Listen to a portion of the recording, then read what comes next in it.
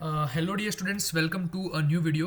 तो अभी इस वीडियो में हम डिस्कस करने वाले हैं आपके वायरलेस कम्युनिकेशन के चैप्टर नंबर 2 के बारे में। हमने ऑलरेडी चैप्टर नंबर 1 कवर कर दिया है और इम्पॉर्टेंट क्वेश्चंस जो है, जो मोस्ट इंपॉर्टेंट है, वो सभी क्वेश्चंस हमने उस वीडियो के अंदर कवर कर दिए हैं। इस वीडियो के अंदर हम देखने वाले हैं most important questions of chapter number 2, right. मुझे पता है कि आपके एग्जाम काफ़ी नज़दीक है, तो उसी चीज़ को ध्यान में रखते हुए I am trying my best possible कि मैं फटाफट से सारे वीडियोस आपके लिए लेके आऊँ, राइट। तो यहाँ पे अब हम डिस्कस करने वाले हैं सेकंड चैप्टर के बारे में। तो यहाँ पे ये जो क्वेश्चंस हैं, इनकी पूछे जाने की प्रोबेबिलिटी सबसे ज़्यादा है आपके एग्जामिनेशन के अंदर। तो इनको बस आपको क्या करना है, ध्यान से इनके ऊपर फोकस रखना है। मैं जो चीज़ आपको बता रहा हूँ उसको बस ध्यान से समझना है and then you will be ready for your exam, ठीक है। तो चलिए शुरू करते हैं। सबसे पहला क्वेश्चन है, clarify how we can increase cluster size and cell capacity in cellular network.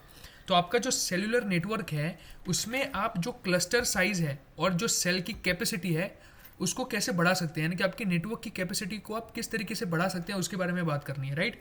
तो यहाँ पे देखिए कुछ स्टेप्स दे रखे हैं जो आपको फॉलो करने होते हैं, कुछ ऐसी टेक्निक्स दे रखी है जिनको फॉलो करके आप अपनी क्लस्टर की साइज को और सेल की कैपेसिटी को इंक्रीज कर सकते हैं। तो यहाँ पे लिखा देखो, to increase cluster size and cell capacity in a cellular network you can use the following approaches. आप इन अप्रोचेस का यूज कर सकते हैं। सबसे पहला अप्रोच है increase frequency reuse. Frequency reuse को इंक्रीज करना है। इसका मतलब क्या है कि by using different frequencies in neighbouring cells you can allow more users to connect without interference. आपको क्या करना है कि आपको अलग अलग फ्रीक्वेंसीज का यूज़ करना है नेबरिंग सेल्स के अंदर, यानी कि जो नज़दीक नज़दीक के जो सेल्स हैं, यानी कि जो एक पास पास के जो सेल्स होते हैं, उनके लिए आपको अलग अलग फ्रीक्वेंसीज का यूज़ करना है ताकि आप ज़्यादा यूजर्स को अलाउ कर सके to connect without any kind of interference. क्योंकि होगा क्या कि अगर दो सेल है नज़दीक के और अगर वो सेम फ्रीक्वेंसी का यूज़ कर रहे हैं तो वहाँ पे इंटरफेरेंस हो जाएगा। तो वो चीज़ आपको नहीं करनी है।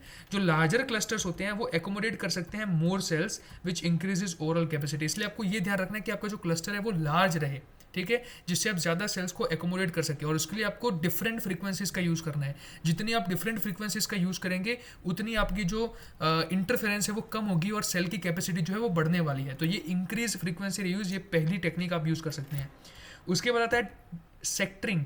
सेक्टरिंग का मतलब क्या है कि आपको एक जो आपका सेल होता है, आपका एक जो सेल होता है, यानी कि आपका जो पूरा सेल्यूलर नेटवर्क है उसमें बहुत सारे सेल्स होते हैं।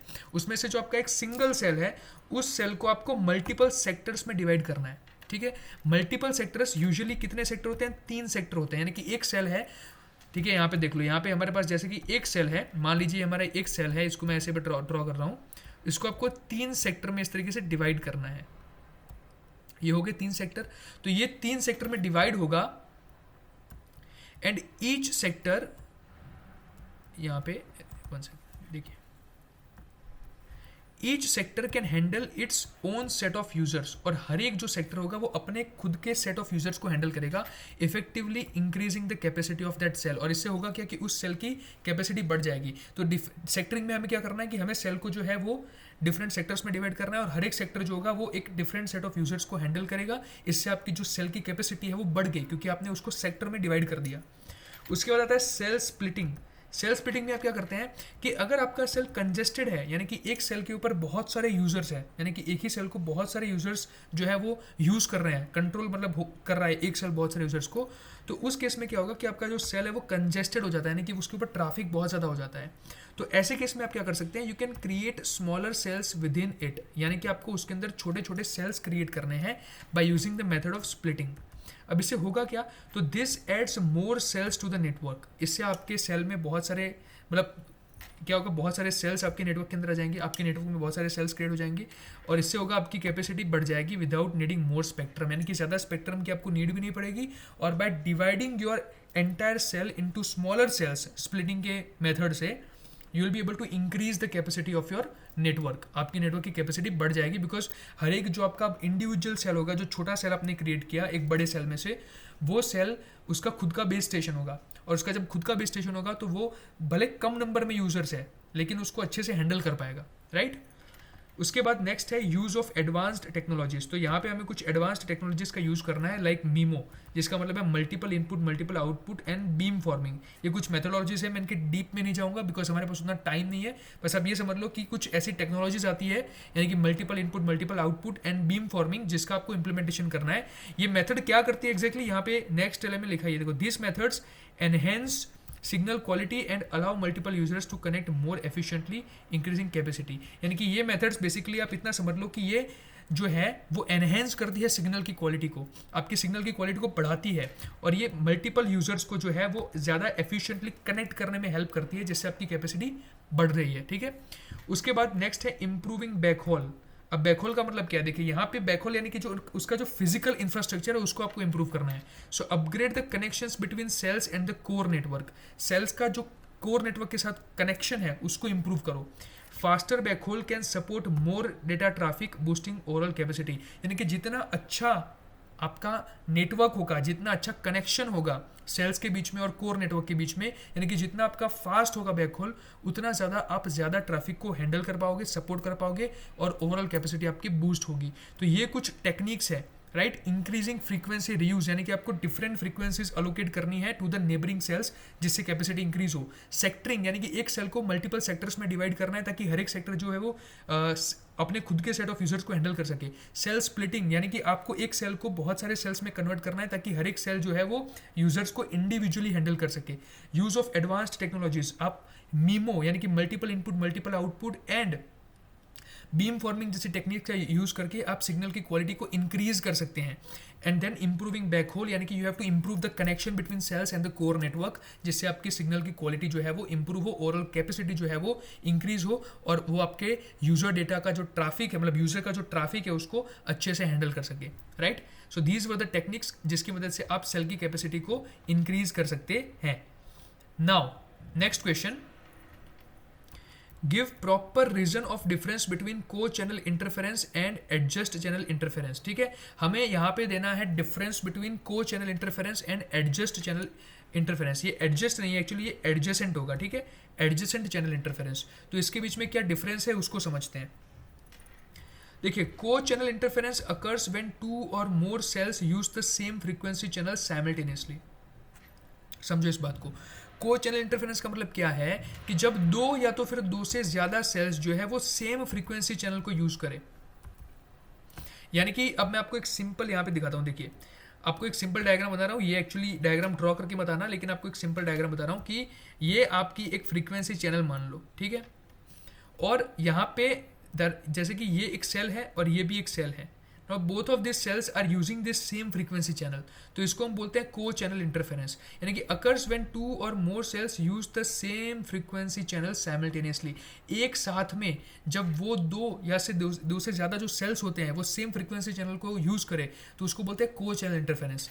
This can lead to overlapping signals. अब इससे होगा क्या, ये जो सिग्नल्स है वो ओवरलैप हो जाएंगे, right, causing confusion and reducing the quality of communication for users in those areas। तो इससे confusion create हो जाएगा और जो quality of communication है users के लिए उस areas में वो घट जाएगी। ये इसका एक example देखो, it's like two people talking at the same volume in the same room, it's hard to hear either clearly। ये एक नॉन टेक्निकल एग्जाम्पल है कि जैसे एक ही रूम के अंदर दो लोग जो है वो एक ही वॉल्यूम के साथ बोले जा रहे हैं, तो इससे होगा क्या, आप दोनों में से एक भी इंसान को सुन नहीं पाओगे। तो उसी तरीके से अगर सेम फ्रीक्वेंसी चैनल को दो सेल्स एक साथ एक्सेस करेंगे तो यहाँ पे होगा क्या, कंफ्यूजन क्रिएट हो जाएगा और जो क्वालिटी ऑफ कम्युनिकेशन है यूजर्स के लिए वो रिड्यूस हो जाएगी, राइट। तो इसको बोलते हैं को चैनल इंटरफेरेंस। यहाँ पे इंटरफेरेंस हो रहा है दो हमारे सेल्स का ऑन द सेम चैनल, दो सेल्स का on the same channel, right. उसके बाद नेक्स्ट है हमारा एडजेसेंट चैनल इंटरफेरेंस। ये क्या होता है, तो happens when signals from neighbouring channels interfere with each other. तो अब यहाँ पे जो हमारे सिग्नल्स है, अब यहाँ पे जो हमारे सेल का जो सिग्नल है वो नेबरिंग चैनल्स का है। यानी कि यहाँ पे अब हमारे पास दो सेपरेट चैनल्स है। देखो, सो यहाँ पे एक हमारे पास चैनल है और यहाँ पे एक हमारे पास चैनल है। अब इन दो चैनल के सिग्नल्स जब एक दूसरे को इंटरफेयर करते हैं तो उसको बोलते हैं एडजेसेंट चैनल इंटरफेरेंस। बिकॉज ये चैनल एक है, ये चैनल ये दूसरी है। अब ये दोनों चैनल है, ये एडजेसेंट चैनल हो गए, एक दूसरे के पास पास है। अब जब इन दोनों चैनल के जो नेटवर्क्स है राइट, सॉरी सिग्नल्स है वो एक दूसरे को इंटरफेयर करेंगे, तो उसको हम बोलेंगे adjacent channel interference, right. So usually because they are too close in frequency, यानी कि जब इनकी फ्रीक्वेंसी काफ़ी क्लोज होती है तो उस केस में ये इंटरफेरेंस होता है। तो this can happen even if the channels are not used at the same time, और यहाँ पे साइमल्टेनियस होना जरूरी नहीं है, अगर वो चैनल्स सेम टाइम पे यूज़ नहीं हो रही है फिर भी ये हो सकता है। अब इसका नॉन टेक्निकल एग्जाम्पल आपको दिया है, it's like someone playing loud music in one room, ठीक है। मान लो कि एक रूम में एक बंदा बहुत लाउड म्यूजिक प्ले कर रहा है, while you are trying to listen to a conversation in another room nearby, और आप बाजू ही उसके रूम है और आप किसी की बात सुनना चाहते हैं उस रूम में बैठे बैठे, तो आप उसको नहीं सुन पाएंगे। Why? Because the sounds can still mix and make it hard to understand. तो ये सिमिलर केस हो रहा है कि यहाँ पे भले चैनल अलग है लेकिन एक दूसरे को फिर भी वो इंटरफेयर कर रहे हैं बिकॉज उनकी फ्रीक्वेंसी क्लोज है, तो इसे बोलते हैं एडजेसेंट चैनल इंटरफेरेंस, ठीक है। ये नॉन टेक्निकल एग्जांपल आपको एग्जाम में नहीं लिखने हैं, ये बस आपको समझने के लिए दिए गए हैं, राइट। आपको जो लिखना है वो क्या है कि आपको ये जो डेफिनेशन है इनकी वो क्लियरली वहाँ पे लिख के आनी है जो मैंने आपको अभी समझाई। अब समरी में देखिए, अगर आपको की पॉइंट याद रखना है तो कि जो CCI है यानी कि को चैनल इंटरफेरेंस है, वहाँ पे सेम फ्रीक्वेंसी होगी बट डिफरेंट सेल्स होंगे, राइट। और यहाँ पे ये जो सिग्नल्स होंगे वो ओवरलैपिंग होंगे, इस तरीके से हमारा सिग्नल ओवरलैप होगा।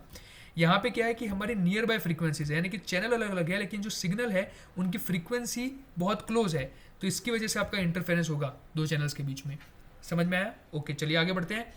नेक्स्ट है व्हाट इज फ्रीक्वेंसी रीयूज, ठीक है। अब ये जो थियरी है काफ़ी इंपॉर्टेंट है। यहाँ पे ये आपको यहाँ जो थियरी दिख रही है वो मैं आपको बस समझाने के लिए दिखा रहा हूँ, जो आपको प्रिपरेशन करनी है वो अलग जगह से करनी है, तो वो भी मैं आपको बताऊँगा कि कहाँ से करनी है। सो फ्रीक्वेंसी रियूज क्या है? Frequency reuse is a technique used in cellular networks to efficiently use the limited available frequency spectrum. अब हमारे पास कई बार क्या होता है कि जो फ्रीक्वेंसी स्पेक्ट्रम है वो हमारे पास लिमिटेड होता है, ठीक है। जो हमारे पास फ्रीक्वेंसी स्पेक्ट्रम है यानी कि अवेलेबल जो फ्रीक्वेंसी है वो हमारे पास लिमिटेड होती है, उसकी वजह से आपको क्या करना पड़ता है कि दो या तो फिर दो से ज़्यादा सेल्स को कई बार सेम फ्रीक्वेंसी यूज़ करनी पड़ती है because we have limited frequency. और ये जब आप सेम फ्रीक्वेंसी यूज़ करते हैं, मतलब दो सेल जब एक ही फ्रीक्वेंसी को यूज़ करते हैं, तो इसको बोलते हैं फ्रीक्वेंसी रीयूज। इस कॉन्सेप्ट को कहा जाता है frequency reuse. So what is frequency reuse? It is a technique used in cellular networks to efficiently use the limited available frequency spectrum. अब यहाँ पे सबसे पहले मैं आपको एक नॉन टेक्निकल एग्जांपल समझाता हूँ, ताकि जब आप एक बार इसको समझ जाओ तो आप फिर वो टेक्निकलिटीज जो है वो उसको आराम से समझ जाओगे। ये चीज़ आपको लिखनी नहीं है एग्जाम में, ठीक है। ये जो अभी मैं आपको समझाऊंगा ना, ये वाला एग्जाम्पल, ये आपको लिखना नहीं है, ये आपको बस समझना है। तो imagine a city divided into small neighbourhoods, जिसको हम बोल देंगे सेल्स। यानी कि एक एग्जांपल ले लो कि जो नेबरहुड है एक सिटी के अंदर, जो नेबरहुड्स होते हैं, जो नज़दीक नज़दीक के घर होते हैं, उनको हम सेल्स मान लेते हैं। Now in each neighbourhood there is a unique set of radio frequencies use for communication, ठीक है, like a unique playlist of songs. अब मान लो कि हर एक नेबरहुड है जो हमारा, उसमें वो अपनी खुद की एक उनके यूनिट सेट ऑफ फ्रीक्वेंसी, यानी कि हमारा जो हर एक सेल है उसके पास अपनी खुद की एक यूनिक सेट ऑफ फ्रीक्वेंसी है, यानी कि अपना खुद का एक यूनिक वो प्लेलिस्ट सुनते हैं सॉन्ग्स का। ये सिर्फ एग्जांपल है, ठीक है। आप फ्रीक्वेंसी को मान लो कि वो एक यूनिक प्लेलिस्ट सुनते हैं सॉन्ग्स की, ठीक है। जैसे कि मेरा गांव है, जैसे अहमदाबाद सिटी है, वहाँ पे अगर मेरा गांव है, ऐसे समझ लो कि 100 villages are there in Ahmedabad, ठीक है। 100 गाँव है, उसमें से जो मेरा गाँव है उसको अरिजीत सिंह की प्लेलिस्ट सुनना बहुत अच्छा लगता है। दूसरा गाँव है जिसको सोनू निगम की प्लेलिस्ट को सुनना बहुत अच्छा लगता है। फिर तीसरा गाँव है उसको किसी और की प्लेलिस्ट सुनने का बहुत अच्छा लगता है, ठीक है। तो हर एक गाँव के जो लोग हैं उनको अलग अलग म्यूजिक की प्लेलिस्ट सुनना बहुत अच्छा लगता है। अब यहाँ पे क्या कह रहा है? The trick is that non adjacent neighbourhoods which are far enough apart can reuse the same set of frequencies without interfering with each other. अब इसका मतलब क्या हुआ कि मान लो कि मैं जो हूँ, ठीक है, यानी कि मेरा गाँव है, मेरा पूरा गाँव अरिजीत सिंह के गाने डीजे बजा के जोर जोर से सुनता है। मेरे एकदम टचहुड यानी कि एकदम मेरे नज़दीक का जो गांव है, वहाँ पे अगर वहाँ पे भी कोई अरिजीत सिंह के सॉन्ग्स ही सुनेगा, समझ लो मेरा जो गांव है वहाँ पे सारे अरिजीत सिंह के सॉन्ग सुनते हैं। मेरे गांव के टचहुड जो दूसरा गांव है वहाँ पे भी अगर सभी एकदम जोर जोर से डीजे बजा के अगर अरिजीत सिंह के गाने सुनेंगे, तो यहाँ पे क्या होगा? फ्रीक्वेंसी का इंटरफेरेंस हो जाएगा। तो यहाँ पे हमें उनकी वजह से डिस्टर्बेंस हो जाएगा because they are also playing the same song. तो यहाँ पे तो प्रॉब्लम हो जाएगी। अगर मैं अरिजीत सिंह का चन्ना मेरा चला रहा हूँ और वो अरिजीत सिंह का दूसरा गाना चला रहा है, तो हम तो फिर गुस्सा हो जाएंगे ना कि ये क्या हो रहा है, ये इंटरफेरेंस हो रहा है। तो वो इंटरफेरेंस हमें नहीं होने देना है। तो इसका मतलब क्या है कि ये हमें नहीं होने देना है कि जो नज़दीक नज़दीक के गांव हैं वो सेम फ्रीक्वेंसी यूज़ नहीं कर सकते हैं। लेकिन अगर मेरे गांव से कोसों दूर अहमदाबाद के अंदर अगर कोई दूसरा गांव है, दूसरे एंड पे, दूसरे सिरे पे, और वहाँ पे अगर कोई अरिजीत सिंह के सॉन्ग्स बजा रहा है, तो वो मुझे यहाँ पे इंटरफेयर नहीं करेंगे because he is very far from me. तो ये यही कहना चाह रहा है कि फ्रीक्वेंसी रियूज़ का कॉन्सेप्ट ये है कि जो दो सेल एक दूसरे से काफ़ी दूर होते हैं वो सेम फ्रीक्वेंसी का यूज़ कर सकते हैं। So like just if two distant parks played the same playlist, no one would get confused because they can't hear each other. यानी कि दो दूर दूर के अगर पार्क होंगे और उन्होंने सेम प्लेलिस्ट को बजा भी दिया सॉन्ग की, तो वो कंफ्यूज नहीं होंगे बिकॉज वो एक दूसरे को सुन नहीं सकते हैं, राइट? तो ये होता है फ्रीक्वेंसी रियूज का कॉन्सेप्ट। अब हम यहाँ पे देखते हैं इसकी एक्चुअल थियरी। तो यहाँ पे ये गिग्स फॉर गिग्स का आर्टिकल है, इसकी जो लिंक है वो भी मैं आपको डिस्क्रिप्शन में प्रोवाइड कर दूंगा, वहाँ से आप फ्रीक्वेंसी रियूज़ की जो पूरी थियरी प्रिपेयर कर सकते हो। ये थियरी 4 मार्क्स में भी पूछी जाती है, 7 मार्क्स में भी पूछी जाती है, इसलिए डिपेंडेड अपॉन कितने मार्क्स में पूछी गई आपको इसे लिखना है, ठीक है? तो मैं आपको इसे समझा देता हूँ फटाफट से। देखो, frequency reuse is the technique of using the same radio frequencies across several different sites in a cellular network. इसका मतलब क्या है कि फ्रीक्वेंसी रियूज एक ऐसी टेक्निक है जहाँ पे आप सेम रेडियो फ्रीक्वेंसीज का यूज़ करते हो across several cell sites in a cellular network. एक सेल्यूलर नेटवर्क के अंदर बहुत सारे सेल्स होते हैं, उसमें फ्रीक्वेंसी रियूज ये कहना चाहता है कि आप सेम फ्रीक्वेंसी का यूज़ करेंगे if two cells are very away from each other, they are at a very big distance from each other, right? तो the cells are organised so that the same frequencies can be reused in non adjacent cells. यानी कि जो non adjacent है, adjacent का मतलब होता है जो दो करीब करीब के हैं, पास के हैं, और नॉन एडजेसेंट का मतलब है कि जो दूर दूर है। तो जो दूर दूर जो सेल्स है वो सेम फ्रीक्वेंसी का यूज़ कर सकते हैं, ठीक है? तो यहाँ पे देखो, व्हाट इज फ्रीक्वेंसी रियूज? तो frequency reuse is the scheme in which allocation and reuse of channels throughout a coverage region is done. तो यहाँ पे क्या होता है कि आपको अलोकेशन करना है और यूज़ करना है चैनल्स का, चैनल यानी कि आपकी फ्रीक्वेंसी चैनल, ठीक है? Each cellular base station is allocated a group of radio channels or frequency subbands to be used within a small geographic area known as cell। यानी कि जो हमारा small geographic area होता है जिसको हम सेल बोलते हैं, वहाँ पे हर एक जो सेल है, ठीक है, यहाँ पे आपका जो हर एक सेलुलर बेस स्टेशन है उसको आप ग्रुप ऑफ रेडियो चैनल्स को अलोकेट करने वाले हैं। The shape of the cell is hexagonal. इसकी जो शेप होती है वो कैसे होती है? हेक्सागोनल होती है। The process of selecting and allocating the frequency subbands for all the cellular base stations within a system is called the frequency reuse और फ्रीक्वेंसी प्लानिंग। यानी कि ये जो कॉन्सेप्ट है जहाँ पे आप अलोकेट करते हैं सेम फ्रीक्वेंसी को to different base station in a cell network, उसको हम बोलते हैं फ्रीक्वेंसी रियूज। अब इसके फीचर्स के बारे में बात करते हैं कि फीचर्स क्या है इसके। तो फ्रीक्वेंसी रियूज जो है वो इंप्रूव करता है spectral efficiency and signal quality को इंप्रूव करता है। ये जो है वो क्लासिकल स्कीम है। देखिए यहाँ पे आपको दिखाता हूँ एक चीज़, ये जो डायग्राम है ना, डायग्राम, इसको आपको ड्रॉ करके आना है, ठीक है, एग्जाम के अंदर। और इसको कैसे ड्रॉ करोगे ये भी समझाता हूँ। पहले आप इतना फोकस करो, सिर्फ ये इतना वाला फोकस करो, सिर्फ इतना वाला, यानी कि ये A B C D E F G, इस हेक्सागोन को देखो आप, ये इस सेल स्ट्रक्चर को देखो आप, ये क्लस्टर है आपका, ठीक है, ये एक क्लस्टर हो गया आपका, ये दूसरा क्लस्टर हो गया आपका, ये दूसरा क्लस्टर हो गया आपका, ठीक है। तो इस तरीके से आपके क्लस्टर होते हैं, और ये आपके क्लस्टर में क्या हो गया, सेल हो गया। अब ये जो सेल है ए, ठीक है, ये जो सेल है ये कौन से दूसरे सेल के साथ फ्रीक्वेंसी को यूज़ कर सकता है, तो ये दूसरा सेल ये है, देखिए, तो ये जो ए वाला है और ये जो ए है और ये जो ए है, all of this cells can use the same frequency because they are not adjacent to each other, ये एक दूसरे के करीब नहीं है। उसी तरीके से ये जो सी है और ये जो बी है, ये दोनों सेम फ्रीक्वेंसी यूज़ नहीं कर सकते, क्यों, बिकॉज दे आर एडजेसेंट, ये एक दूसरे के करीब करीब है, पास पास है। बट ये वाला जो सी है और ये वाला जो सी है, they both can use the same frequency. तो ये इन्होंने कन्वेंशन दे रखा है, नेमिंग दे रखी है, जहाँ पे इतने डिस्टेंस पे जो होते हैं ना सेल्स, वो सेम फ्रीक्वेंसी को यूज़ कर सकते हैं, और ये पूरा नेमिंग कन्वेंशन है। तो ये आपको इस तरीके से डायग्राम ड्रॉ करके आना है, बहुत ईजी है, इतना हार्ड नहीं है, राइट। चलिए, और इसका क्या है देखियो, और फीचर्स क्या है इसके। The number of times a frequency can be reused depends on the tolerance capacity of the radio channel from the nearby transmitter that is using the same frequencies। यानी कि कितने टाइम आप फ्रीक्वेंसी को use कर सकते हैं, reuse कर सकते हैं, वो डिपेंड करता है tolerance capacity of the radio channel, कि आपकी रेडियो चैनल की टॉलरेंस कैपेसिटी कितनी है, उसके ऊपर ये डिपेंड करता है। तो ये फीचर्स जो है वो आप कुछ लिख सकते हैं, अगर नहीं भी लिखते हैं सारे फीचर्स तो चलता है। ये 2-3 जो मैंने आपको फीचर्स बताए वो आपको लिखने हैं, कि ये जो है वो सिग्नल क्वालिटी को इंप्रूव करता है, ठीक है, और ये फ्रीक्वेंसी रियूज जो है वो क्लासिकल स्कीम है जो कि जीएसएम सिस्टम्स में प्रपोज की गई थी। और ये लिख दो कि फ्रीक्वेंसी रियूज स्कीम में जो टोटल बैंडविड्थ है वो डिवाइड होती है into different sub bands that are used by cells, ठीक है। यानी कि जो फ्रीक्वेंसी रियूज स्कीम है इसमें हमारी जो टोटल बैंडविड्थ होगी वो डिवाइड हो जाती है सब बैंड्स में, ठीक है। और वो सब बैंड्स जो है फिर वो यूज़ कौन करते हैं, सेल्स यूज़ करते हैं, यानी कि टोटल फ्रीक्वेंसी जो होती है वो टोटल जो बैंडविड्थ होती है फ्रीक्वेंसी की वो सब बैंड में डिवाइड होती है, यानी कि छोटी छोटी फ्रीक्वेंसी के चैनल्स में डिवाइड हो जाती है। अब उसके बाद यहाँ पे देखो कुछ इक्वेशंस दे रखे हैं। अभी इक्वेशंस आपको करें या ना करें तो आप इसको नहीं करेंगे तो चलेगा, बिकॉज हमें थियरी पे ज़्यादा यहाँ पे फोकस किया जाएगा। आपको ये नहीं पूछा जाएगा कि इक्वेशन समझाओ। और ये वैसे भी ये वाला जो इक्वेशन है आई square plus I J plus J square वाला, और ये D is equal to √3n मतलब r√3n वाला, ये मैं आपको आगे समझाने वाला हूँ। तो वहाँ पे हम इसको देखेंगे कि ये इक्वेशन कैसे डेराइव होता है, राइट। तो इसको हम डिटेल में वहाँ पे ज़रूर चेक करेंगे।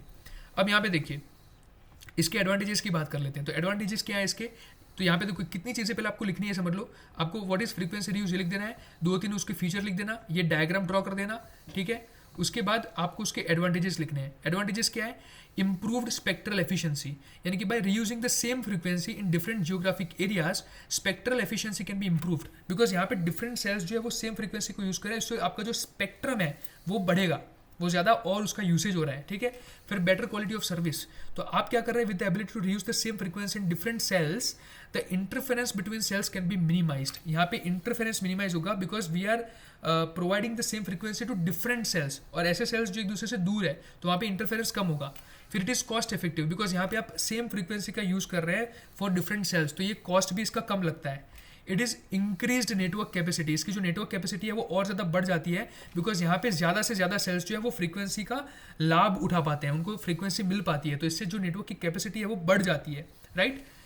फिर स्केलेबिलिटी भी बहुत ज़्यादा है इसकी, बिकॉज जो फ्रीक्वेंसी यूज़ है वो नेटवर्क को इनेबल करते हैं to be easily scaled by adding more cells, यानी कि आप इसमें ज़्यादा सेल ऐड करके इसकी कैपेसिटी को भी बढ़ा सकते हैं।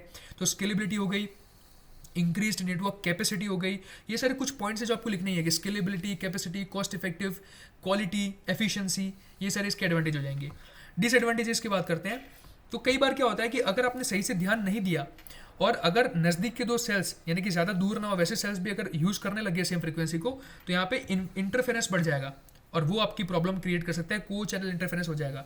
फिर इंप्लीमेंटेशन कॉम्प्लेक्सिटी रहती है, यानी कि इस चीज़ को इंप्लीमेंट करना बहुत हार्ड है, बिकॉज यहाँ पे आप दो सेल्स को एक ही फ्रीक्वेंसी यूज़ करवा रहे हो।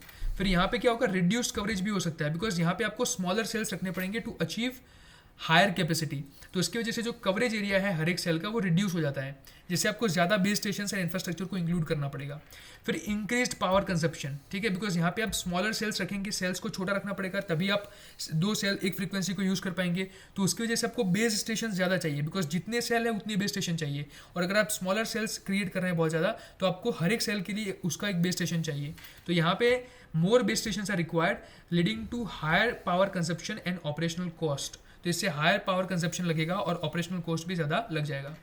और इंक्रीज्ड नेटवर्क कॉस्ट भी होगा, यानी कि the cost of implementing a frequency reduce system में be higher due to the need for additional infrastructure and careful planning to ensure, यानी कि देखो नेटवर्क कॉस्ट इसमें बढ़ जाता है, पावर कंजप्शन बढ़ जाता है, कवरेज जो है वो रिड्यूस हो जाती है because we have using smaller cells, ठीक है। फिर इंप्लीमेंटेशन कॉम्प्लेक्सिटी तो होगी एंड इंक्रीज्ड इंटरफेरेंस होगा, तो ये इसके कुछ डिसएडवांटेजेस हो गए। उसके बाद यहाँ पे कोड दे रखा है जो हमें नहीं करना है, it is not important at all, तो इसको भी देखने की बिल्कुल जरूरत नहीं है। एडवांटेजेस डिसएडवांटेजेस एक बार देख लो, बहुत ईजी है, उतना ज़्यादा कुछ है नहीं। और ये जो इक्वेशंस है, इक्वेशंस लिखने की ज़रूरत नहीं है एग्जाम के अंदर, ठीक है। 7 मार्क्स का भी अगर पूछा होगा तो अगर आप डायग्राम ड्रॉ करेंगे और ये सारी इन्फॉर्मेशन लिख के आएंगे, अपने आप ये 7 मार्क्स का पूरा हो जाएगा, राइट। चलिए नेक्स्ट थियरी की बात करते हैं। देखिए मेन इंपॉर्टेंट चीज़ क्या है दोस्तों कि आप मतलब समझे थियरी का, कि वो थियरी कहना क्या चाहती है। एक बार आपको पता चल गया एसेंस ऑफ द थियरी कि उसका एग्जैक्ट मीनिंग क्या है, उसके बाद आप उस थियरी को आराम से लिख के आ सकते हैं। चलिए अब बात करते हैं नेक्स्ट थियरी के बारे में। Right a brief note on various types of hand of strategies in cellular system, यानी कि सेल्यूलर सिस्टम में आने वाली जो different type of hand of strategies है उसके बारे में हमें यहाँ पे डिस्कस करना है। तो इसको देखते हैं। चलिए इन a cellular network hand of यानी कि हैंड ओवर, हैंड ऑफ का मतलब क्या होता है कि किसी चीज़ को किसी को देना, किसी चीज़ को हैंड ओवर करना। नहीं बोलते कि वो पानी की बोतल मुझे हैंड ओवर कर दो, तो वो क्या होता है, हैंड ऑफ। अब यहाँ पे सेल्यूलर नेटवर्क में ये कैसे काम करता है उसे देखते हैं। तो hand off is the process of transferring an ongoing call और data session from one cell to another as a user moves. बहुत इंपॉर्टेंट, देखिए मैं एक यूजर हूं, मैं जैसे एक प्लेस से दूसरे प्लेस पे जा रहा हूं, मैं एक यूजर हूं, मैं जैसे एक प्लेस से दूसरे प्लेस पे जा रहा हूं, यानी कि अब देखो मैंने कॉल कर रखी है किसी को, यहाँ पे मेरे पास बेस स्टेशन है, मेरा टावर है, इस टावर से मैं दूर जा रहा हूँ दूसरे टावर की तरफ। तो अपने आप जब उस दूसरे टावर के साथ मेरा कनेक्शन बनता है मेरा कॉल का कनेक्शन अपने आप वो ट्रांसफर हो जाता है दूसरे टावर के साथ। कई बार आपने देखा होता है गाड़ी में ट्रैवल कर रहा होता है फिर भी कॉल चल रहा होता है ना, तो एक टावर से दूसरे टावर में जब आपका कनेक्शन ट्रांसफर हो जाता है, इसको बोलते हैं हैंड ऑफ करने की प्रोसेस। तो यहाँ पे बहुत different types of hand of strategies हमारे पास। सबसे पहले देखते हैं हार्ड हैंड ऑफ। ठीक है, तो हार्ड हैंड ऑफ को क्या बोलते हैं? It is known as break before make. Break before make, देखो ध्यान से देखना, ब्रेक बिफोर मेक बस इतना याद रख लोगे, ये पूरी थियरी खत्म। इसका मतलब क्या है? The connection to the current cell is broken before establishing a connection with the new cell. यानी इसका मतलब क्या हुआ कि जब यूजर एक प्लेस से दूसरे प्लेस पे जा रहा है, तो ये जो मेरा बेस स्टेशन है, ये क्या होगा? The connection to the current cell, इस करंट सेल के साथ जो मेरा कनेक्शन है वो पहले डिसकनेक्ट होगा, वो पहले ब्रेक होगा, उसके बाद नए बेस स्टेशन पे मेरा कनेक्शन बनेगा। तो connection to the current cell is broken before establishing a connection with the new cell. तो ये जीएसएम में ज़्यादा यूज होता है। It may cause a slight interruption but is simpler to implement करना सिंपल है, लेकिन इसमें इंटरप्शन आ सकता है। ठीक है, और ये जीएसएम में यानी कि global system for mobile telecommunications में यूज होता है। ठीक है, उसके बाद नेक्स्ट है हमारा soft handoff. Soft handoff क्या है? Also known as make before break. तो यहाँ पे उसका उल्टा है, यानी कि the mobile device connects to the new cell before disconnecting from the current one. यानी कि ये जो करंट है उससे डिस्कनेक्ट होने से पहले वो क्या करता है कि जो नया वाला सेल है उसके साथ कनेक्शन बनाएगा। यानी कि जो मोबाइल डिवाइस है connects to the new cell before disconnecting from the current one. और ये जो है वो एडवांस्ड सिस्टम्स में यूज होता है, जैसे कि सीडीएमए। ठीक है, तो it provides a smoother transition. यहाँ पे स्मूदर ट्रांजिशन होगा बिकॉज यहाँ पे आपका दूसरे नए सेल के साथ कनेक्शन पहले बन रहा है, उसके बाद पुराने सेल के साथ कनेक्शन टूट रहा है। इसकी मदद से आपको जो कॉल की क्वालिटी है वो अच्छी रहती है विदाउट एनी इंटरप्शन। नेक्स्ट है अपना हॉरिजॉन्टल हैंड ऑफ। ये क्या है? देखो, occurs between cells using the same technology like moving between two 4G cells. समझ रहे हो?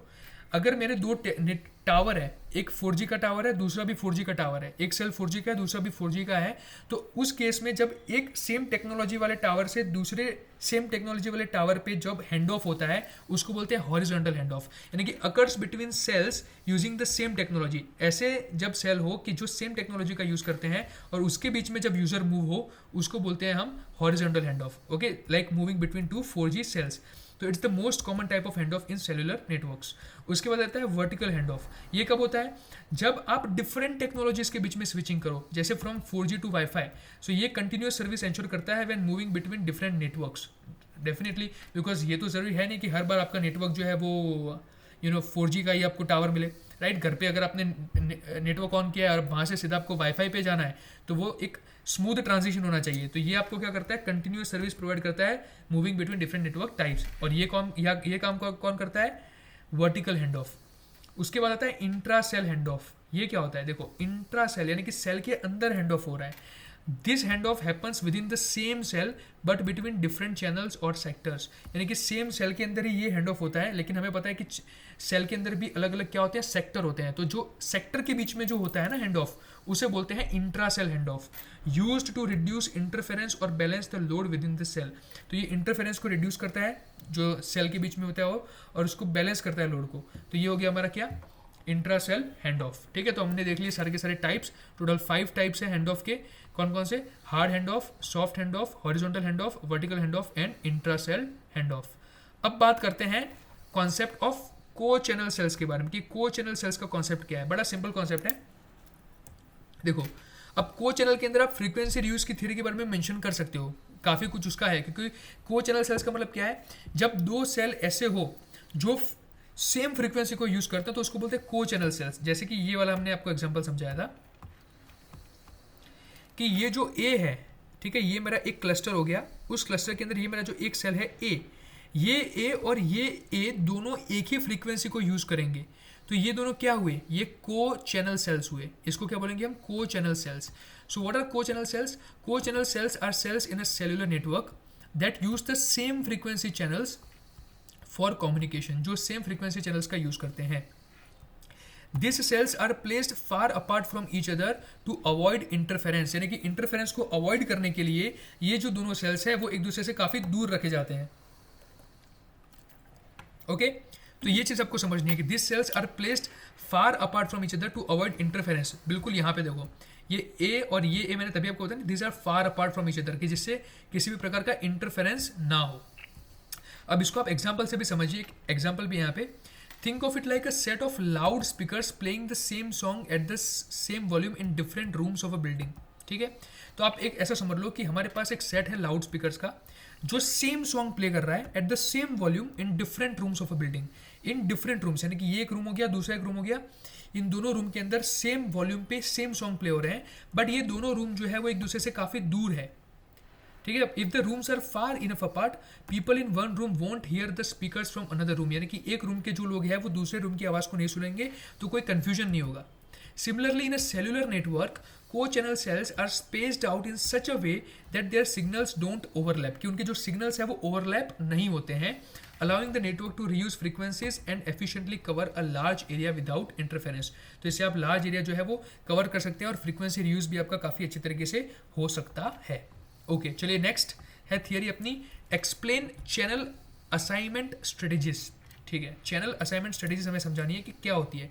चैनल असाइनमेंट स्ट्रेटेजीज का मतलब क्या है कि आप जो डिफरेंट सेल्स होते हैं उनको जो चैनल यानी कि जो फ्रीक्वेंसी चैनल असाइन करते हैं वो किस तरीके से असाइन करेंगे। तो उसके लिए भी हमारे पास दो मेथड्स हैं, कौन कौन सी, एक है हमारे पास फिक्स्ड चैनल असाइनमेंट और एक है डायनेमिक चैनल असाइनमेंट। तो चलिए दोनों को देखते हैं। पहले देखिए चैनल असाइनमेंट स्ट्रेटेजीज क्या है। तो channel assignment strategies in cellular networks decide how to allocate frequency channels to different cells for communication. ये आपको क्या डिसाइड करने में हेल्प करता है कि आप किस तरीके से जो आपकी फ्रीक्वेंसी चैनल्स है उनको डिफरेंट सेल्स को अलोकेट करेंगे for communication. The goal is to use available channels efficiently and reduce interference. हमारा गोल यही है कि जो हमारे पास अवेलेबल चैनल्स है उन्हें हमें एफिशिएंटली यूज करना है और इंटरफेरेंस जो हो रहा है उनके बीच में उसको रिड्यूस करना है जितना कर सके उतना, right.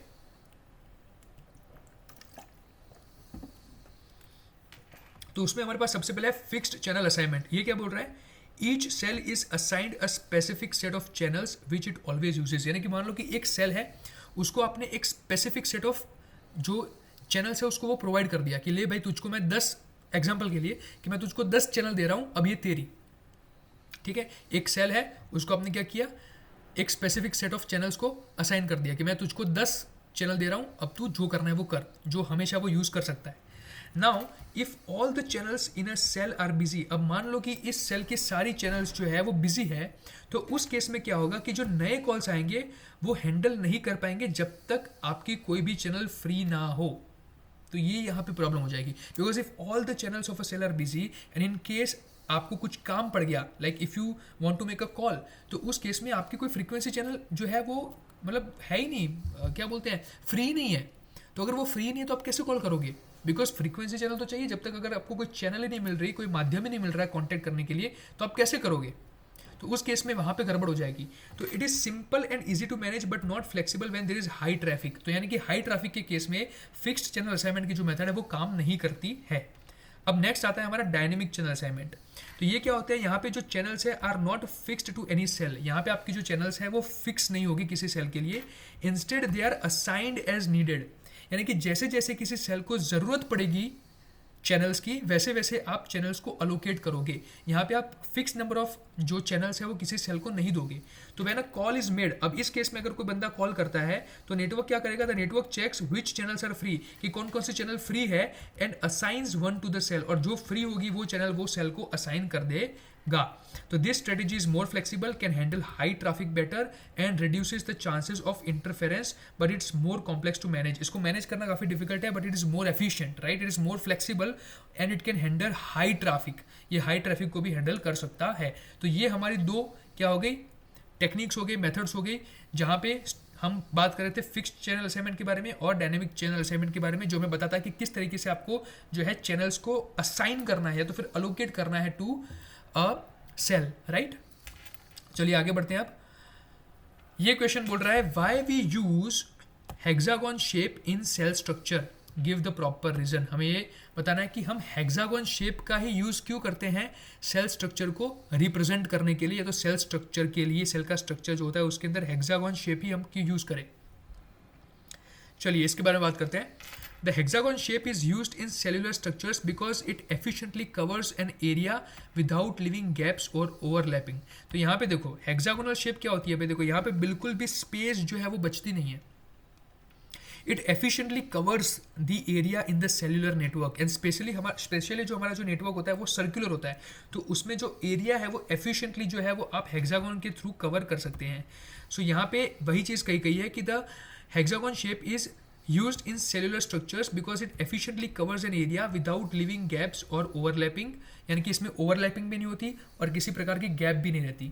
Maximising coverage and minimizing interference, यानी कि ये दोनों चीज़ें जो हमें चाहिए वो प्रोवाइड करता है.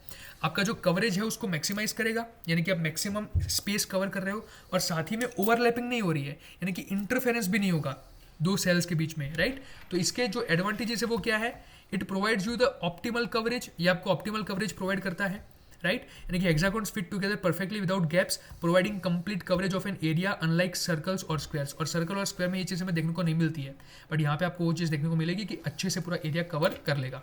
उसके बाद इक्वल डिस्टेंस, यानी कि the centre of each hexagon is equal distant from its neighbours, making signal distribution more uniform. यानी कि जो सेंटर होता है ना हर एक हेक्सागोन का, वो इक्वल डिस्टेंस पे है उसके नेबर से. यहाँ पे जो सेंटर होगा, ये जो सेंटर है हर एक हेक्सागोन का, it is at equal distance from all of its neighbours. ये इनके जितने भी नेबर्स हैं, यहाँ पे देखो ये जितने भी नेबर्स है उससे इसका जो डिस्टेंस है ये क्या है, यूनिफॉर्म है, इक्वी डिस्टेंट है. तो मेकिंग सिग्नल डिस्ट्रीब्यूशन मोर यूनिफॉर्म, इससे आपका जो सिग्नल का डिस्ट्रीब्यूशन है वो बहुत यूनिफॉर्म रहता है and there is no unevenness, right. फिर है एफिशिएंट फ्रीक्वेंसी रीयूज. यहाँ पे फ्रीक्वेंसी रीयूज काफ़ी अच्छे से हो सकता है. यहाँ पे ये वाला और ये वाला सेम फ्रीक्वेंसी को यूज़ करेंगे तो कोई प्रॉब्लम नहीं होगी. तो the hexagonal shape allows for effective planning and reuse of frequency channels in non adjacent sales, reducing interference and increasing capacity. इससे आपका जो इंटरफेरेंस है, दो सेल के बीच में जो इंटरफेरेंस हो रहा है वो क्या होता है, रिड्यूस होता है और सेल की कैपेसिटी बढ़ती है. तो ये हो गया optimal coverage, equidistant and efficient frequency reuse. चलिए नेक्स्ट, चलिए अब यहाँ पे आता है क्वेश्चन इक्वेशन को प्रूव करने का. सो यहाँ पे हमें बताना है prove hexagonal symmetry, the co channel reuse ratio is given by Q is equal to, ये √3n है, √3n where n is equal to I square plus I J plus J square, ये स्क्वायर है, ठीक है. तो चलिए देखते हैं. अब ये जो मैंने बात बताई थी आपको, एक ये वाली बात देखो, यहाँ पे मैंने कहा था ना इक्वेशन, ये इक्वेशन बस यही वाला इक्वेशन अब हम यहाँ पे डिस्कस करने वाले हैं. तो आपको ये एक्सेस सेपरेटली पूछ सकता है कि भाई इस इक्वेशन को डिराइव करके दे दो. तो इसको बोलते हैं को चैनल रीयूज रेशियो, ठीक है, और फ्रीक्वेंसी रीयूज रेशियो भी आप इसको कह सकते हैं. तो देखिए इन अ सेल्यूलर नेटवर्क, पहले तो ये समझिए कि को चैनल रीयूज रेशियो जिसको हम Q से दर्शाते हैं, ठीक है, को चैनल रीयूज रेशियो जिसको हम Q से दर्शाते हैं, ये होता क्या है. तो it is a measure of how far apart co channel cells are spaced. क्या बताता है हमको, it is a measure of how far apart co channel cells are spaced. अब को चैनल सेल्स क्या है, को चैनल सेल्स यानी कि ये ए और ये ए, ये ए और ये ए, या तो फिर ये बी, ठीक है, और ये बी, या तो फिर ये डी और ये डी, इन सभी के बीच का डिस्टेंस जो कितना होता है, ठीक है, is the measure of how far apart co channel cells are spaced. एक डिस्टेंस कितना होता है वो मेजरमेंट आप इसके माध्यम से कर सकते हो. Relative to the size of the cell, हाँ relatively to the size of the cell, because for different size of the cell ये वेरी कर सकता है. अगर सेल की साइज बड़ी होगी तो ये वेरी करेगा, छोटी होगी तो वेरी करेगा. सो रिलेटिव रहेगा to the size of the cell. और ये जो इक्वेशन है Q इज इक्वल √3n, और इसी को हमें प्रूव करना है. एंड यहाँ पे जो हमारा n है वो क्या है, n is the cluster size. अब क्लस्टर की साइज क्या होती है, क्लस्टर की साइज होती है the total number of cells in a cluster. ये आपका एक क्लस्टर बनता है. एक क्लस्टर में कितने सेल है, 1 2 3 4 5 6 एंड 7 सेल्स हमारे पास है इन वन क्लस्टर, ठीक है. तो यहाँ पे हमारे केस में जो क्लस्टर की साइज है वो कितनी है, 7 है. इसलिए यहाँ पे देखो, यहाँ पे दे भी रखा है, यहाँ पे देखो in the above diagram cluster size is 7. तो यहाँ पे इसीलिए इसको n को जो हमने 7 माना, ये जो n है ना ये n को 7 माना, इसलिए यहाँ पे ये 1/7 लिखा है इक्वेशन के हिसाब से. इसको बोलते हैं frequency reuse factor which is equal to 1/n. लेकिन वहाँ पे हमें वो देखने की भी जरूरत नहीं है, ठीक है. हम अभी यहाँ पे इस डेरिवेशन को देखते हैं. तो यहाँ पे आपको पता चल गया n क्या है और आप इसको कैसे रिप्रेजेंट करेंगे, आई square plus I J plus J square, right. अच्छा चलिए अब हम इसको समझते हैं कि क्लस्टर साइज n कैसे आई.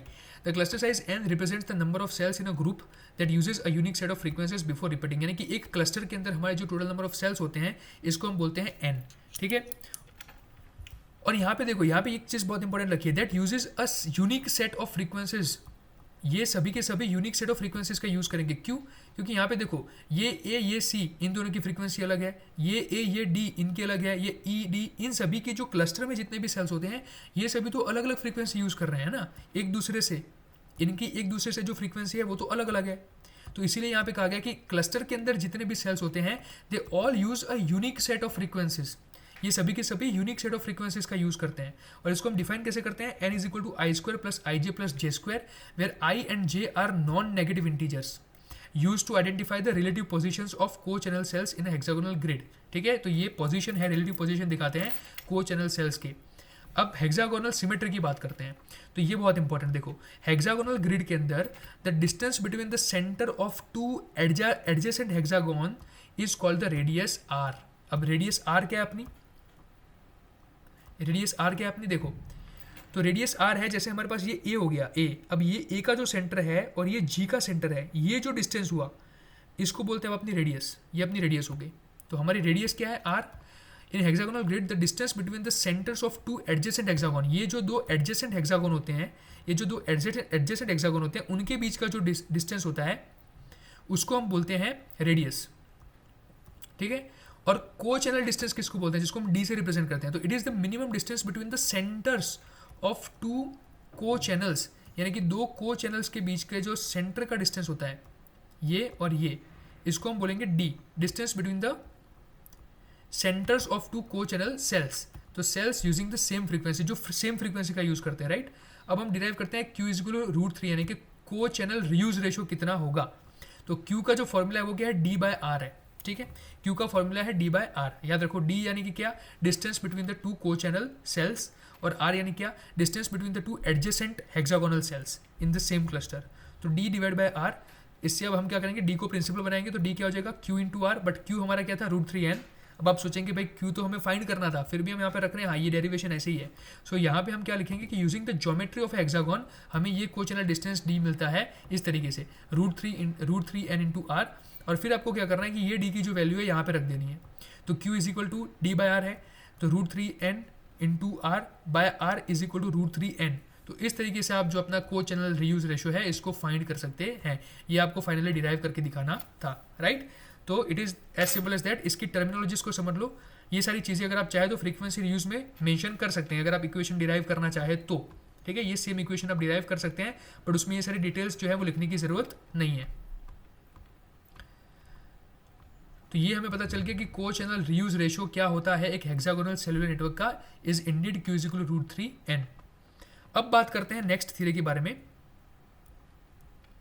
देखिए यहाँ पे एक इंपॉर्टेंट लाइन है, this formula helps in designing cellular networks by determining how far apart co channel cells should be to minimise interference, यानी कि ये हमको वो मिनिमम डिस्टेंस देता है। ठीक है, अब यहाँ पे लोग डी के साथ इसको कंफ्यूज मत कर देना, ये मैंने बहुत स्टूडेंट्स का डाउट देखा है कि सर ये तो डी और क्यू दोनों सेम चीज़ नहीं हो गए, कहाँ से होंगे? क्यू हमें दिखाता है मिनिमम डिस्टेंस और डी दिखाता है हमें एक्चुअल डिस्टेंस, मतलब को चैनल डिस्टेंस कितना है वो, राइट। तो ये डिफरेंस है इन दोनों के बीच में। चलिए बात करते हैं mention the techniques to improve the capacity in cellular system. तो ये हमने ऑलरेडी थियरी पहले बात कर रखी है। And explain any one in detail with suitable diagram. तो हमें टेक्निक्स को यहाँ पे सिर्फ मेंशन करना है और इनमें से किसी एक को डिटेल में एक्सप्लेन करना है। तो ये आपको जो है लिस्टिंग में तो क्या करना है, ये वाली सारे लिस्ट कर देना। ठीक है, कहाँ गई अपनी ये वाली? ठीक है, so increase frequency reuse, sectoring, cell splitting, use of advance technologies and improving backhaul, ये सारी आप जो है टेक्निक्स वहाँ पे लिस्ट कर देना which are use to improve the capacity of cellular system. ठीक है, ये वाली अगर इसमें जो कुछ अलग है तो वो नहीं लिखोगे तो चलेगा, लेकिन यहाँ पे डिटेल में हम एक्सप्लेन करेंगे सेल स्प्लिटिंग को। वहाँ पे हमने समझा था कि सेल स्प्लिटिंग क्या होती है, यहाँ पे हम इसको डिटेल में देखेंगे कि एग्जैक्टली क्या कैसे काम करती है।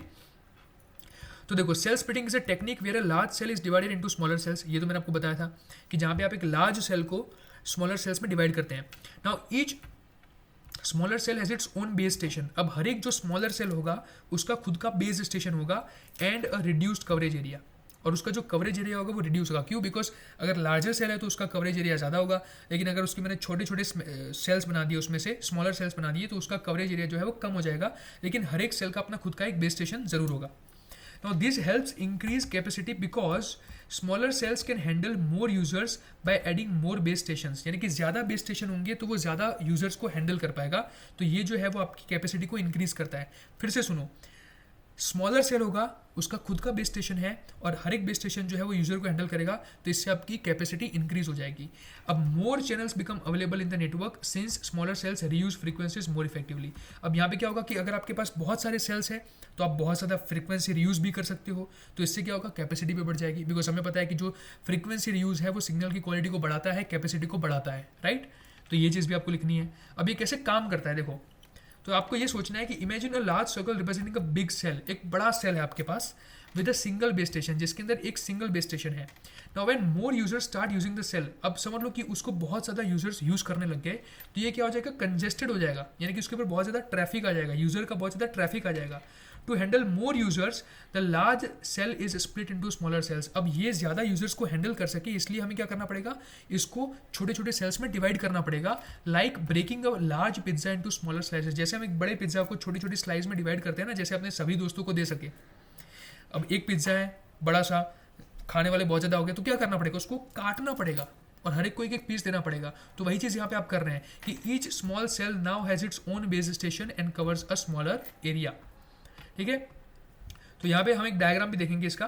देखिए, तो बिफोर स्प्लिटिंग क्या होता है कि हमारे पास एक लार्ज सेल होता है विद वन बेस स्टेशन, यानी कि ये डायग्राम देखो सीधा, ये बिफोर स्प्लिटिंग का सिनेरियो कि जहाँ पे हमारे पास एक लार्ज सेल है जिसके अंदर एक बेस स्टेशन है.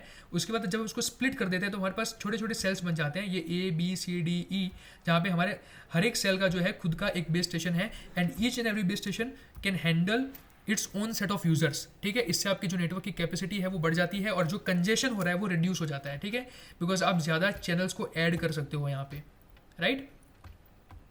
चलिए अब बात करते हैं हमारी नेक्स्ट थियरी के बारे में, which is design 802.11 architecture of N infrastructure network. ठीक है, चलिए बात करते हैं अब 802.11 architecture of N infrastructure network के बारे में. 802.11 architecture of N infrastructure network. अब इंफ्रास्ट्रक्चर नेटवर्क से एक चीज समझो, हमने फर्स्ट चैप्टर के अंदर बात की थी, ठीक है, इंफ्रास्ट्रक्चर के बारे में और एडहॉक के बारे में. ठीक है, तो यहाँ पे जो इंफ्रास्ट्रक्चर है, हमें पता है कि इंफ्रास्ट्रक्चर में आपको बताया था कि 802.11 architecture is the framework used for wifi networks. मैंने आपको वाईफाई राउटर का एग्जांपल भी वहाँ पे दिया था कि एक्सेस पॉइंट जो है वो आपका एक होता है, ठीक है, और मल्टीपल डिवाइसेस उसके साथ कनेक्ट कर सकते हैं. तो वाईफाई राउटर वाला हमने वहाँ पे एग्जाम्पल देखा था, राइट. तो यहाँ पे वो सिमिलर चीज़ है. Let's design N infrastructure network architecture. अब यानी कि हम उस आर्किटेक्चर को डिटेल में देखने वाले हैं, ठीक है, which is the most common setup for wifi in places like homes, offices and public hotspots. तो चलिए इसके कंपोनेंट्स के बारे में सबसे पहले बात करते हैं. यहाँ आपके पास क्या होगा, एक एक्सेस पॉइंट होगा, ठीक है, आपको पता है एक्सेस पॉइंट होगा इसके अंदर. Acts like a hub that connects wireless devices to the wired network. यानी कि आपको समझना है कि भाई एक्सेस पॉइंट क्या होता है. ये एक हब होता है, जैसे राउटर होता है ना, राउटर, ये इसको आप समझ लो एक्सेस पॉइंट, जिसके साथ मल्टीपल डिवाइसेस जो है वो कनेक्ट कर सकते हैं. जैसे आपका लैपटॉप हो गया, मोबाइल फ़ोन हो गया, टैबलेट हो गया, ये सारी चीज़ें. तो it provides a connection point for all wireless devices and controls the network traffic. ठीक है, तो ये एक अपना कनेक्शन पॉइंट समझ लो जो सभी वायरलेस डिवाइसेस को कनेक्ट करता है अपने साथ. उसके बाद अपना आता है वायरलेस स्टेशन. वायरलेस स्टेशन क्या है, आपके मोबाइल फोन्स और लैपटॉप से और ये सारी चीज़ें जो कि एक्सेस पॉइंट के साथ कनेक्ट करेंगे. यानी कि these are devices like smartphones, laptops और tablets with wifi capabilities and they connect to the network through the access point. यानी कि ये जो इंटरनेट नेटवर्क है, इंटरनेट कनेक्शन है, उसके साथ कनेक्ट करेंगे थ्रू एक्सेस पॉइंट, यानी कि हमारा डिवाइस मोबाइल फोन. उसके बाद आता है बेसिक सर्विस सेट. ये क्या होता है basic service set? It is a group of wireless stations connected to a single access point. यानी कि जब आप मल्टीपल वायरलेस स्टेशंस, यानी कि आपकी जो मोबाइल फोन है, टैबलेट्स है, इन सभी का ग्रुप बना दो, इनको ग्रुप में ले लो, तो उसको हम बनाते हैं बेसिक सर्विस सेट. ये आपका बन जाता है फिर basic service set. It's like a small group of people all talking to the same leader. ठीक है, वही चीज़ हो गई कि भाई small group of people all talking to the same leader, यानी कि एक्सेस पॉइंट आपका लीडर है and small group of people आपके सारे डिवाइसेज है जो उस सेम एक्सेस पॉइंट के साथ कनेक्टेड है. और इन सभी का जो ग्रुप बनता है डिवाइसेज का, यानी कि वायरलेस स्टेशंस का, उसको हम बोलते हैं बेसिक सर्विस सेट. उसके बाद आता है अपना डिस्ट्रीब्यूशन सिस्टम. ये क्या होता है? तो ये एक सिस्टम है जो कनेक्ट करता है multiple access points typically through a wired network. ठीक है, यानी कि ये मल्टीपल एक्सेस पॉइंट्स को इंटरनेट के साथ कनेक्ट करने का काम करता है. आपका जो पेरेंट नेटवर्क है जहाँ से सारी सर्विसेज आपको मिल रही है, उसके साथ कनेक्ट कौन करेगा? सभी एक्सेस पॉइंट्स को. यानी कि एक वाईफाई राउटर हो गया, दो वाईफाई राउटर हो गए, मल्टीपल वाईफाई राउटर्स को इंटरनेट के साथ कनेक्ट करने का जो काम है वो कौन करता है? Distribution system. तो it allows communication with different BSS and connects the wireless network to external networks such as the internet. उसके बाद extended service set. Extended service set क्या है? तो it is the collection of multiple BSS, यानी कि basic service set का भी अगर आप कलेक्शन बना दो, यानी कि ग्रुप ऑफ डिवाइसेस जो था उसको हम बोलते थे बेसिक सर्विस सेट, और अगर आप उस बेसिक सर्विस सेट का भी कलेक्शन कर दो तो उसको बोलते हैं एक्सटेंडेड सर्विस सेट। तो यहाँ पे हर एक एक्सटेंडेड सर्विस सेट है उसका खुद का एक एक्सेस पॉइंट होगा connected through the distribution system, जो कि एक डिस्ट्रीब्यूशन सिस्टम के थ्रू कनेक्टेड होगा, right. Now these allow users to move between areas covered by different access points without losing their connection। तो यहाँ पे आप फिर जो है वो एक्सेस पॉइंट के साथ कनेक्ट कर सकते हैं और उसके थ्रू आप मेन कनेक्शन के साथ जो है अपना कनेक्शन बना सकते हैं। एक डायग्राम देखेंगे तो आपको सारी चीज़ें क्लियर हो जाएगी। ये देखिए, यहाँ पे आपका जो नेटवर्क प्रोवाइडर है वो कौन है? इंटरनेट है, जहाँ से आपका मेन नेटवर्क है, एक्सटर्नल नेटवर्क हो गया। अब ये कनेक्टेड है थ्रू DS, ठीक है, ये कनेक्टेड है थ्रू DS यानी कि डिस्ट्रीब्यूटेड सिस्टम। अब यहाँ पे देखो नीचे से ये आपके हो जाएंगे वायरलेस स्टेशंस, लैपटॉप मोबाइल, ये वायरलेस स्टेशन है। ये एक वायरलेस स्टेशन का अगर मैं ग्रुप बना दूँ तो उसको बोलते हैं हम बेसिक सर्विस सेट। अगर बेसिक सर्विस सेट का मैं ग्रुप बना दूँ, बेसिक सर्विस सेट का अगर मैं ग्रुप बना दूँ तो वो क्या बन जाता है अपना एक्सटेंडेड सर्विस सेट। और एक्सटेंडेड सर्विस सेट जो है वो किसके साथ कनेक्टेड होते हैं? हमारे एक्सेस पॉइंट्स के साथ। तो ये देखिए हमारे एक्सेस पॉइंट है, उसके साथ हमने ये ग्रुप्स को कनेक्ट कर दिया, राइट। अब ये जो एक्सेस पॉइंट है वो कनेक्टेड किससे होंगे?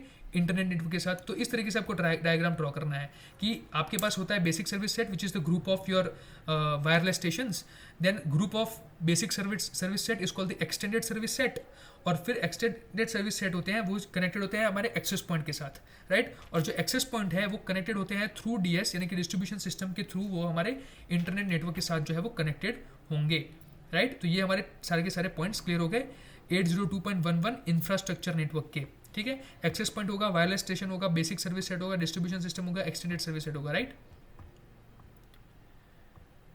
तो ये चीज़ हमारी क्लियर, डन। तो ये हमारा वायरलेस लोकल एरिया नेटवर्क का एक टाइप है जिसको हमने देखा और उसका हमने पूरा इंफ्रास्ट्रक्चर भी यहाँ पे देख लिया। अब हम बात करते हैं कैसे काम करते हैं। तो एक्सेस पॉइंट जो है वो ब्रॉडकास्ट करेंगे वाईफाई सिग्नल को। ये तो मैं पता है कि जो वाईफाई सिग्नल है उसको ब्रॉडकास्ट कौन करते हैं? एक्सेस पॉइंट करते हैं। जो स्टेशंस है यानी कि आपके जो लैपटॉप्स है, मोबाइल्स है, वो कनेक्ट करेंगे to the nearest access point to access the network, यानी कि जो मेरा मोबाइल फोन होगा वो वाईफाई ऑन करके मैं अपना जो नियर बाय राउटर होगा उससे वो कनेक्ट करने की कोशिश करेगा। जो डिस्ट्रीब्यूशन सिस्टम होगा वो एक्सेस पॉइंट्स को कनेक्ट करेगा to the internet, as simple as that, ठीक है। चलिए ये क्लियर। अब बात करते हैं 802.11 architecture of an ad hoc network. अब एडहॉक नेटवर्क क्या है? यहाँ पे आपके पास कोई एक्सेस पॉइंट नहीं होगा, यहाँ पे सभी इंडिपेंडेंट डिवाइसेस हैं वो एक दूसरे के साथ कनेक्ट होंगे, यानी कि in an 802.11 ad hoc network devices communicate directly with each other without using an access point. यहाँ पे किसी भी प्रकार का एक्सेस पॉइंट यूज किए बिना, ओके, किसी भी प्रकार का एक्सेस पॉइंट यूज किए बिना जो है वो डिवाइसेस एक दूसरे के साथ कम्युनिकेट करेंगे। This setup is also called a peer to peer network. इसको आप पीयर टू पीयर नेटवर्क भी कह सकते हैं। And it is useful for small temporary networks where devices need to share information quickly, यानी कि जब आपको क्विकली इन्फॉर्मेशन शेयर करनी हो तब उस केसेस में आप यूज कर सकते हैं ऐसे टेम्पररी नेटवर्क्स में specially, right. So let's talk about it's components. Component एक होगा आपका क्या? वायरलेस स्टेशन, यानी कि आपके devices. So these are devices like laptops, tablets or smartphones with Wi-Fi capabilities. Each device can connect directly to other device in the network. यहाँ पे हर एक डिवाइस जो है वो दूसरे डिवाइस के साथ डायरेक्टली कनेक्ट कर सकता है। और क्या होगा अपने पास? We have independent basic service set. Basic service set क्या है? तो this is the group of wireless stations.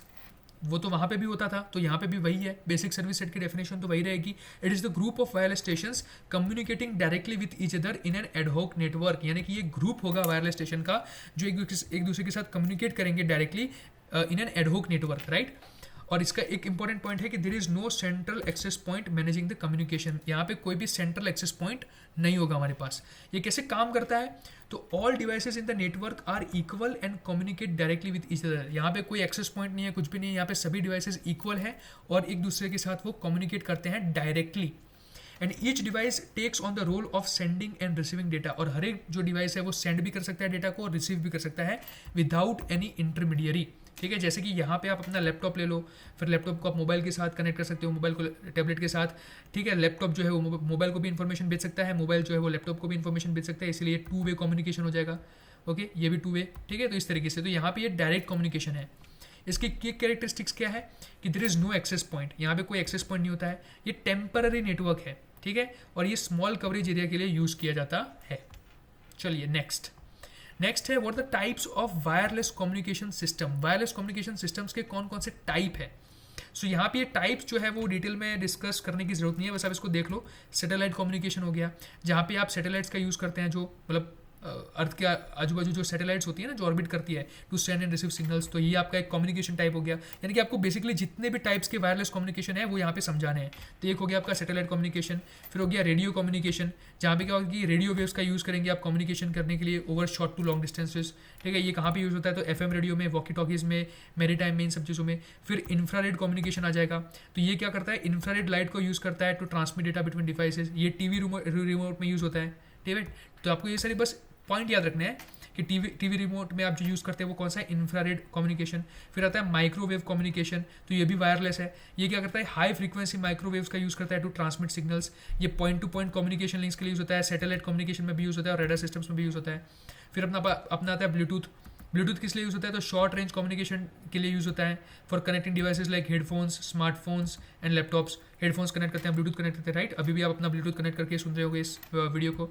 तो suitable for personal area networks, ये पर्सनल एरिया नेटवर्क्स के लिए ज़्यादा सुटेबल है। फिर वाईफाई, तो वाईफाई भी वायरलेस नेटवर्क है। पूरी हमने महाभारत कर ली कि वाईफाई क्या है, ठीक है, तो मैं वो डिस्कस नहीं कर रहा। सेलुलर नेटवर्क भी आपको पता है, 2G 3G 4G 5G सारी चीज़ हमने देख ली कि क्या होता है। फिर नियर फील्ड कम्युनिकेशन होता है, यानी कि शॉर्ट रेंज कम्युनिकेशन होता है जब कंपेटेबल डिवाइसेस के बीच में, तो वो भी आपका किसका एग्जाम्पल हो जाएगा, वायरलेस कम्युनिकेशन का। फिर जिग्बी एंड जेड वेव, इसको हम आगे डिटेल में देखने वाले हैं। ये low power wireless communication protocols होते हैं जो स्मार्ट होम डिवाइसेस में यूज़ किए जाते हैं। ये होम ऑटोमेशन जैसे कि स्मार्ट लाइटनिंग, सिक्योरिटी सिस्टम्स, इन सब में यूज़ होते हैं।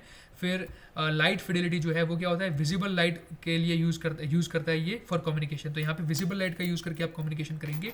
ये पोटेंशियल ऑल्टरनेटिव है वाईफाई का, and specially for environment sensitive to electromagnetic interference, यानी कि ऐसे एनवायरमेंट जो इलेक्ट्रोमैग्नेटिक इंटरफेरेंस में सेंसिटिव होते हैं उसके लिए आप इसको यूज़ कर सकते हैं, राइट, उसके ऑल्टरनेटिव के तौर पे।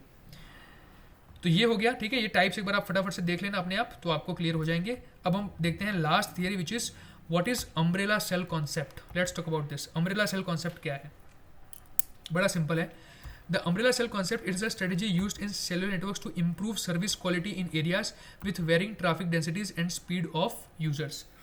आपको क्या करना है, ठीक है, एक स्ट्रेटेजी है, पहले तो ये समझ लो कि अम्ब्रेला सेल कॉन्सेप्ट क्या है। It is a strategy which is used in cellular networks, ये सेलुलर नेटवर्क्स में यूज़ की जाती है to improve service quality in areas with varying traffic densities and speed of users. यानी कि ऐसा एरिया कि जहाँ पे ट्रैफिक डेंसिटी बहुत ज़्यादा बदल रही है, यानी तो या तो फिर स्पीड ऑफ यूज़र, यानी कि यूज़र मान लो कि किसी गाड़ी में ट्रैवल कर रहा है तो वहाँ पर उसकी स्पीड बहुत ज़्यादा होगी, या फिर यूज़र चल रहा है तो उसकी स्पीड कम होगी।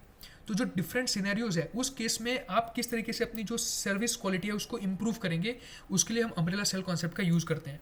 It involves using 2 types of cells. अब इसके अंदर आप 2 टाइप के सेल यूज़ करेंगे, एक आता है आपका मैक्रो सेल और दूसरा आता है आपका माइक्रो सेल, ठीक है। We will be using 2 type of cells where the macro cells act as an umbrella over several smaller micro cells, यानी कि आपका जो मैक्रो सेल है वो अम्ब्रेला की तरह काम करता है ओवर सेवरल माइक्रो सेल, यानी कि इसी के ऊपर से इसका नाम पड़ा अम्ब्रेला सेल कॉन्सेप्ट, जहाँ पे आपका जो मैक्रो सेल है वो क्या करेगा, एक अम्ब्रेला की तरह काम करेगा for several smaller micro cells.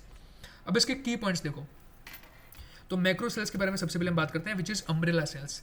तो it is what, large coverage area with a bigger cell radius. इसका जो कवरेज एरिया है वो बहुत बड़ा होता है, पहली चीज़ तो ये, बिकॉज मैक्रो सेल है इसका मतलब क्या कि ये बड़ा सेल है तो इसका जो कवरेज एरिया है वो बहुत ज़्यादा होगा और इसकी जो रेडियस है वो भी बहुत ज़्यादा होगी।